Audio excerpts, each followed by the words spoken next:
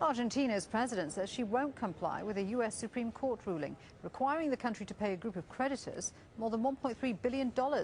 Argentina defaulted on its debt in 2001, and bondholders, led by a New York billionaire, have demanded they be repaid in full.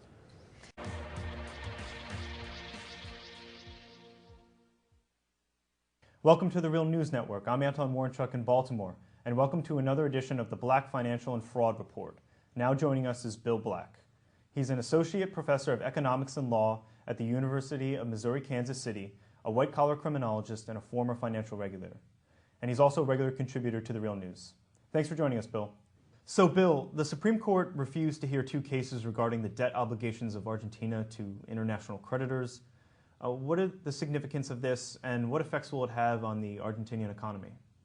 All right, so to back up a second about what all of this is about, Argentina at one time was by far the wealthiest country in all of Latin America, but it got involved in hyperinflation and lots of other problems, and it started listening to the Washington Consensus, which is the very conservative stuff back promulgated in 1989.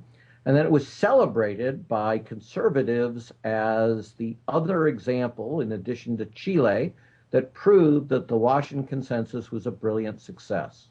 And it seemed to be working right up to the point that it destroyed Argentina's economy in 2001. So what Argentina had done at the suggestion of the United States and places like the International Monetary Fund was to peg the Argentine peso to the dollar so that 1 peso was worth $1. And what that meant is that they ceded control over their monetary policy to the U.S. Federal Reserve.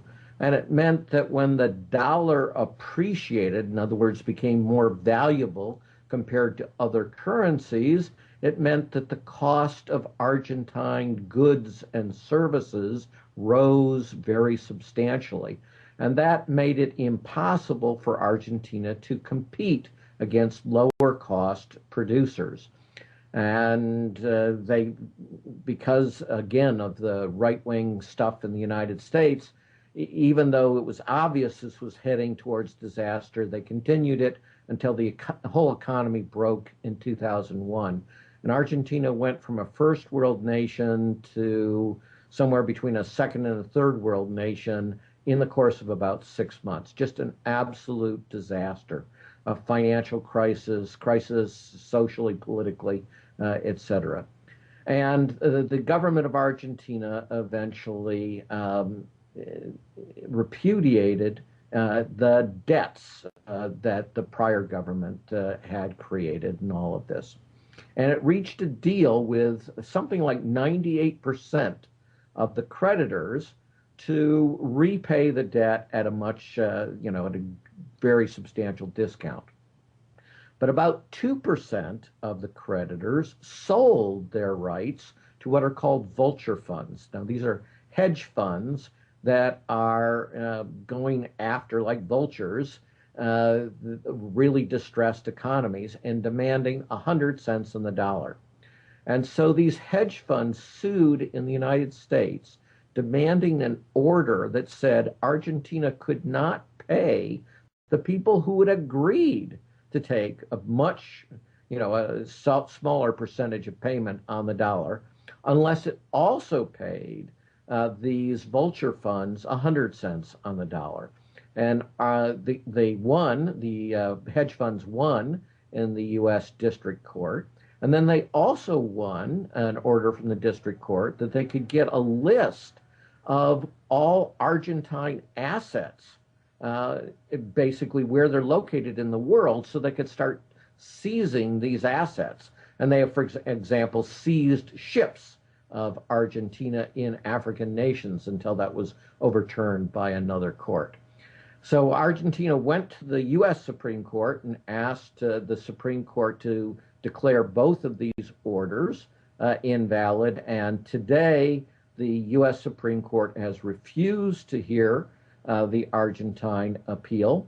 And that means that the district court orders are effective and that Argentina is potentially facing yet another international financial crisis that could be devastating to its economy. And of course, the broader precedent is everybody serious agrees that you want these kind of debt agreements where you repay at a very small percentage once a country gets into enormous distress so that it can recover. Even the United States, the International Monetary Fund agree with that. Well, those deals are going to be exceptionally difficult to do, pretty close to impossible under this ruling. So this is the device for keeping nations that are in crisis in very long-term crises instead of having them recover. So this is terrible news for all of the developing world. So, Bill, many of your reports for us have been about how the U.S. Justice Department has protected big banks and banksters from any prosecution. Is this an example of the U.S. Supreme Court protecting the power of finance?